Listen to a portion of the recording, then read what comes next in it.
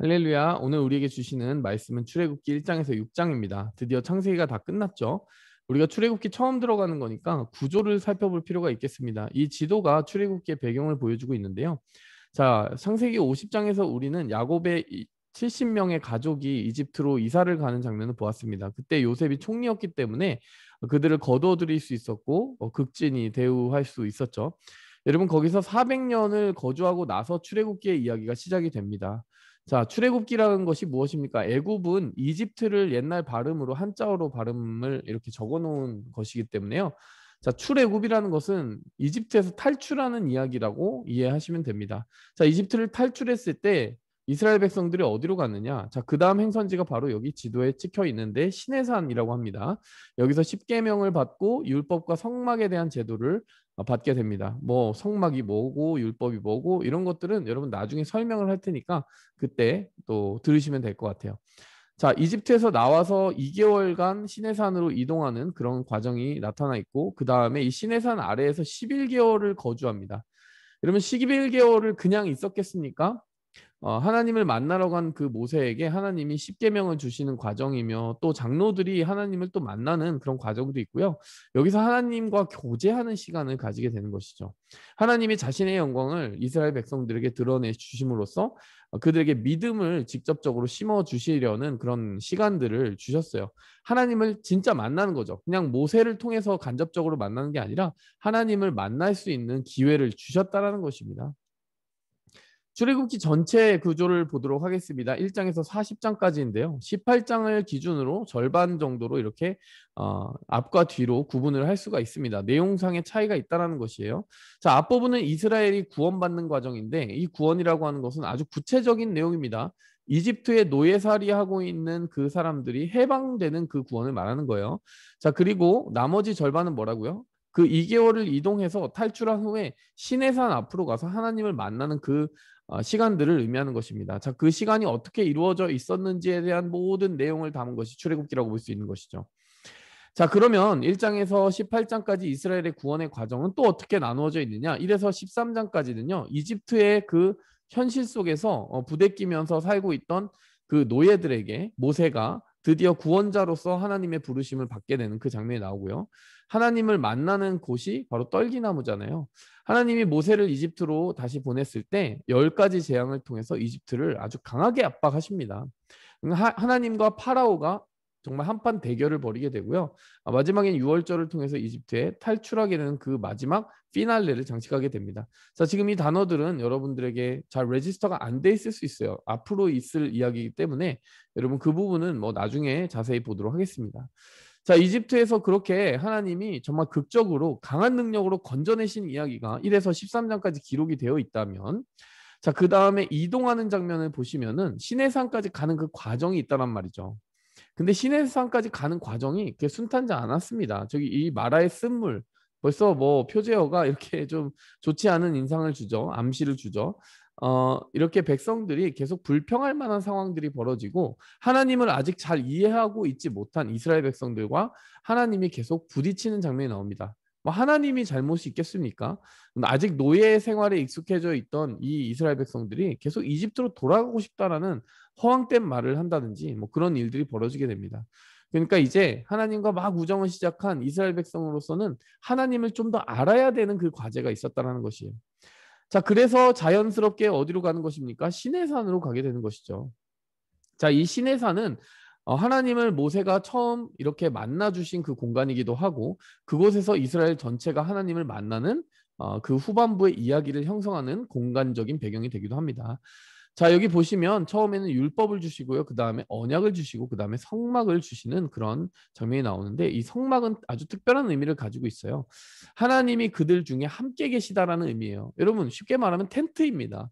하나님이 이스라엘 백성들이 어디로 가든지 이동하면서 그들과 함께 발자국을 이렇게 함께 밟아가신다라는 얘기예요. 동행하신다라는 얘기입니다. 어느 한 곳에 성전을 딱 짓고 그곳에 고정되어 계신 하나님이 아니라 이스라엘과 함께 동행하시는 하나님을 아주 강력하게 보여주시는 거죠. 자, 그럼 율법은 어떤 하나님을 보여주는 것입니까? 하나님은 공의의 하나님이라는 것을 보여주시는 거예요. 언약의 그 언약을 맺으신 하나님을 통해서는 또 우리가 무엇을 알 수 있습니까? 자, 이렇게 율법을 통해 공의로우신 그 하나님이 성막을 통해 이렇게 우리에게 친밀한 거리로 오시려면 우리와 하나님이 언약의 관계로 맺어져야 된다라고 하는 어떤 그런 연결고리가 된다라고 보시면 되겠습니다. 자, 이렇게 1장에서 40장까지 절반 절반 나누어 이해하시면 되고, 이집트에서 탈출하는 전반부가 시내산에서 하나님을 만나는 후반부로 이어졌다, 이렇게 이해하시면 되겠습니다. 자, 그 다음 하나님께서 그러면 이 출애굽기 전체의 이야기를 마무리 지어 가신 이 과정을 통해서 이루시고자 했던 궁극적인 목적이 무엇이었느냐를 우리가 알 필요가 있어요. 여러분, 국가라는 것을 형성하기 위해서는 바로 이 세 가지 요소가 필요하다고 합니다. 사람이 있어야 돼요. 그렇죠? 근데 사람이 있어야 되는데 사람들이 중구난방 다른 목표와 뜻을 가지고 살아가는 것을 국가라고, 한 국가라고 보지 않습니다. 한 국가라고 묶여 있으려면 그 국가가 지향하고 있는 어떠한 질서와 법이 일관되게 적용돼야 돼요. 그 영역에서만큼은. 그것을 주권이자 법이라고 이야기합니다. 자, 그것으로도 끝나는 것이 아닙니다. 사람이 있고 법이 있어도요, 땅이 없으면 국가를 형성할 수가 없어요. 자, 그러면 하나님이 이 이스라엘이라고 하는 나라를, 자, 저 지역에, 우리가 지도에서 본 이 가나안 지역에 형성해 주시려면 어떤 과정을 거치셔야 되겠습니까? 우선 사람을 모으셔야 되잖아요. 자, 그 앞부분이 바로 창세기에서 출애굽기 전반부까지 있었던 그 모든 과정을 의미하는 것입니다. 이집트에서 400년 동안 70명이었던 야곱의 가족이 200만 명으로 불어나는 거예요.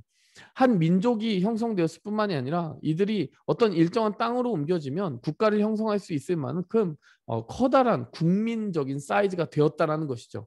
국가를 이룰 만한 사이즈가 되었다라는 것이에요. 자, 거기까지 하나님이 준비해 주셨는데 아직은 자기들만의 나라가 있을 수 없어요. 왜냐? 그들은 노예살이를 하고 있고 이집트의 법의 지배를, 통치를 받고 있기 때문이죠. 그렇기 때문에 하나님이 어떻게 하시는 겁니까? 출애굽기가 꼭 필요하다는 거예요. 하나님이 모세를 보내어 그들을 탈출시키시는 그것은 바로 하나님이 이 나라의 이 국민들을 향하여 주권을 가지고 계시다라고 하는 것을 세상에 천명하시는 거예요. 선포하시는 거예요. 이 나라의 주인, 이 국민의 주인은 나다라고 하는 거예요. 파라오 너가 아니야. 내가 그들의 주인이야라고 하는 거죠. 여러분, 이 국가는 국민이 주인도 아니에요. 하나님이 주인이시고 하나님이 법을 주십니다. 우리가 민주주의 사회에서는 헌법을 누가 만들어요? 국민들이 만들죠. 그런데 여러분, 이 이스라엘은 아주 독특하게도 하나님이 직접 통치하시는 신정국가였기 때문에 하나님이 내려주시는 법이 있었다는 거예요. 자, 그 법을 어디서 보게 됩니까? 시내산에서, 아까 말한 그 시내산에서 마주치게 되는데, 가장 기본적으로는 십계명이고, 앞으로 레위기라고 하는 그 책을 여러분이 보시면 구체적인 법률도 주시는 거예요. 십계명은 일종의 헌법이고 레위기는 일종의 법률이라고 보시면 되겠습니다. 자, 그렇게 하여서 국민도 세워졌고 하나님의 주권도 세워졌는데 이제 그들이 어디를 향하여 갑니까? 땅이 있는 곳으로 가는 거예요. 그 땅은 어떤 땅입니까? 일찍이 그들의 선조인 아브라함, 이삭, 야곱에게 약속하셨던 그 가나안 땅인 것이죠. 그들이 왜 장례를 치를 때마다 한 곳에 일정하게 묻히기를 원했느냐? 그들은 항상 하나님의 약속을 생각했어요. 우리 후손들에게 그 땅을 주시리라는 하나님의 약속을 생각했습니다. 자, 이 말씀은, 이 영토를 이루어가는 과정은 여호수아서 말씀에서 이루어지게 되는 거예요. 자, 그러니까요, 여러분, 이 출애굽기가 상당히 중요해요. 하나님이 국민을 형성하는 과정이 창세기에서 출애굽기, 법을 주시는 과정이 출애굽기에, 그리고 레위기에, 그리고 땅을 주시는 장면이 여호수아에 이렇게 기록이 되어 있기 때문에 이 마스터 플랜에서 출애굽기가 차지하는 비중은 굉장히 크다고 할 수 있습니다. 자, 어쨌든 하나님이 이스라엘이라는 신정국가를 만드는 데 있어서 이 출애굽기의 이야기가 상당한 비중이라는 것을 이해하고 갑시다. 자, 그리고 나서 우리는 모세의 가문의 족보를 이해할 필요가 있어요. 과연 이 모세는 어디서 갑자기 툭 튀어나온 인물인가? 이것을 기억해야죠. 왜냐? 여러분, 400년 동안 노예살이를 하고 있는 동안 이 모세라는 인물은 갑자기 튀어나온 어떤 신성 같은 존재잖아요. 자, 보십시오. 야곱이 이제 그 조상 가운데 있고, 야곱이 레위라는 아들을 낳지 않습니까? 그 레위의 후손 중에 타고 들어가면 모세가 있다라는 것이에요. 어머니는 요게벳이고, 그리고 미리암이라는 누이가 있고 아론이라는 형이 있습니다. 여러분이 기억해야 될 이름은 야곱, 레위, 요게벳, 미리암, 아론, 모세 정도가 되겠고요. 뭐 게르솜도 알면 좋습니다. 게르솜은 모세가 낳은, 미디안 광에서 낳은 아들이기 때문에. 자, 이것은 앞으로 또 출애굽기 6장에서 한 번 더 확인해 보게 될 텐데요. 자, 어쨌든 이 지도를 다시 한번 여러분 잘 기억하고 숙지하세요. 자, 이집트에 들어왔다가 출애굽을 한 후에 시내산으로 2개월 이동하고 시내산에서 11개월을 거주하는 그 이야기가 출애굽기 전체다. 출애굽기의 의미를 또 깊이 살펴보려면요. 여러분, 한 나라가 세워졌다라고 하는 그 건국의 이야기로서의 의미만 있는 것이 아닙니다. 또 한 가지 아주 중요한 의미가 있는데요. 그것은 바로 무엇이냐? 여러분, 이 출애굽기는 예수님을 보여주는 예표로 아주 가득 차 있어요. 여러분, 예표가 무엇입니까? 미리 보여주는 표징이라는 것이에요. 미리 보여주는 모델이라는 것이에요. 예수님의 모델이 될 만한 이야기가 너무너무 많아요. 여러분, 누가 어떠한 이야기들이 예수님의 모델을 이루고 있습니까? 여러분, 첫 번째로는 모세예요.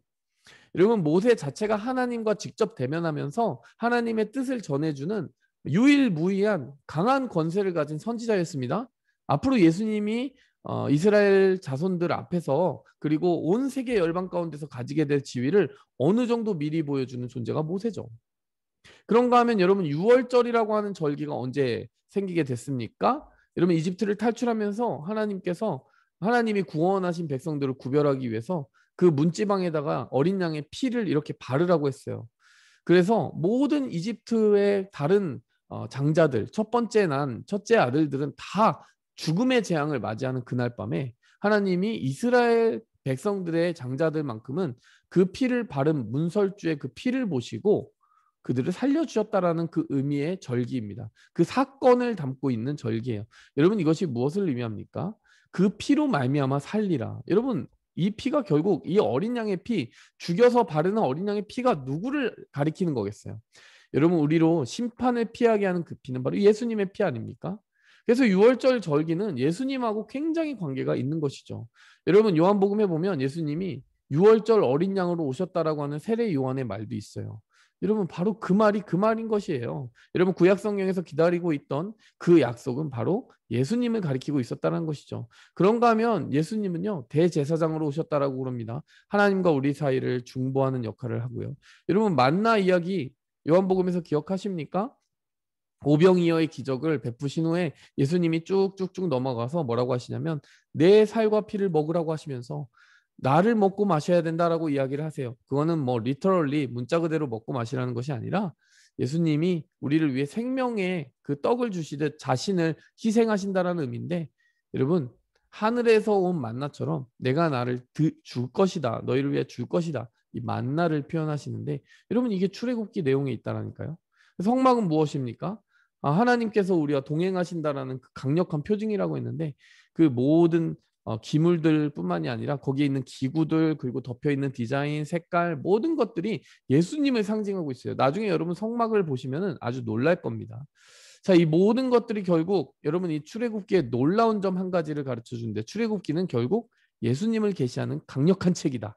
자, 이것을 아실 수 있을 겁니다. 여러분, 자, 여기까지 출애굽기에 대해서 여러분 어떻게 정리하셨어요? 여러분, 출애굽기는 하나님이 하나님의 백성을 만들어가는 강력한 건국의 이야기라고 이야기할 수 있을 것이고, 그 과정에서 이스라엘을 구원하시는 첫 번째 이야기, 그리고 이스라엘을 이스라엘 자손답게 만들어 주시기 위해 법을 주시는 두 번째 이야기가 있었다라고 이야기를 했고요. 자, 그리고 그 일에 쓰임 받은 모세는 야곱, 레위 이러한 그 족보들을 통해서 여기까지 오게 되었다라고 이야기를 했고요. 무엇보다 출애굽기는 예수님을 계시하는 책이기 때문에 가장 소중한 책 중에 하나라고 우리는 살필 수 있습니다. 자, 여기까지 우리는 출애굽기의 개관을 마치도록 하겠고요. 자, 그 다음에 구체적으로 한 장 한 장 1장에서 6장까지 보도록 할 텐데요. 자, 그 부분은 다음 분리된 구별된 영상으로 여러분들 찾아뵙도록 하겠습니다. 여기까지 출애굽기 개관을 마치도록 하겠습니다.